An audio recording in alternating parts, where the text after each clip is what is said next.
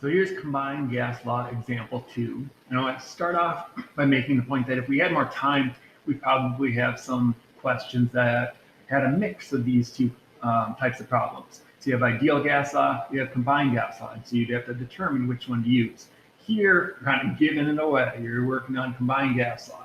That's because it involves the same amount, same number of moles of gas before, and then we have some changes with pressure, temperature, volume, all of the above.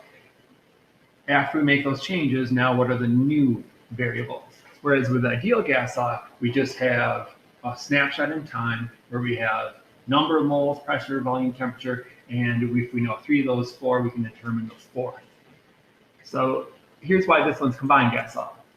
A gas that has a volume of 28 liters, a temperature of 45 degrees Celsius, and an unknown pressure has its volume increased to 34 liters and its temperature decreased to 35 degrees Celsius. If I measure the pressure after the change to be 2.0 atmospheres, what was the original pressure of the gas?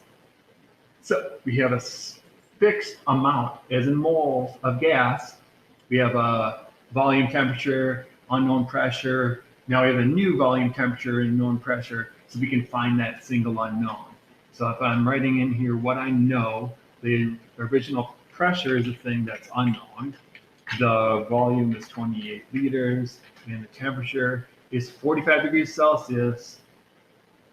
Don't want to write Celsius, I want to write Kelvin.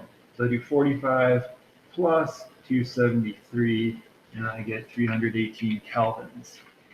Okay, so the reason this is 318 instead of 45 is because I have to change it to kelvins. It's a plus 273 there. If I don't do that, then I'm going to get the question wrong. Another pressure is in atmospheres. This is 34 liters. And then the new temperature is 10 degrees lower. So I'm going to look at my original one was 318, so this will be 308 kelvins.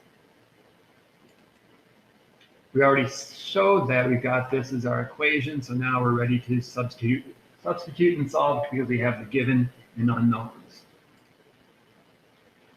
So I've substituted here P1, 28, and again, leaving out the units just because I know that my pressure units are going to be the same as the pressure units on the other side, in this case after. So if I have atmospheres, the pressures in atmospheres in P2, it's going to be in atmospheres in P1. So again, I'm going to do the cross multiplication method where I'm going to do this thing. I'm going to multiply across there and across there. And like I said, that might not be kosher for math class, but for simply getting an answer, I think it'll work. So then 318 times 2.0 times 34. So then I can just multiply these numbers together, multiply these numbers together. So when I do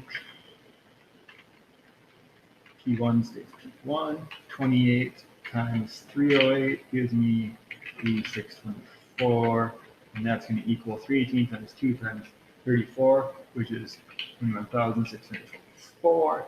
So then, of course, I'm going to divide both sides. Here's my variable. I want to divide both sides by the thing that's on the other side of the variable, or that's next to the variable.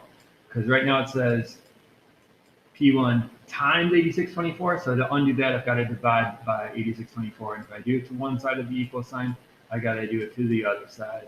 So P1 is going to equal about 2.5. Nice equal sign. 2.5, and of course, this is my final answer, so I want to include units on that. Just because I leave off units up here doesn't mean they're not important. You want to include them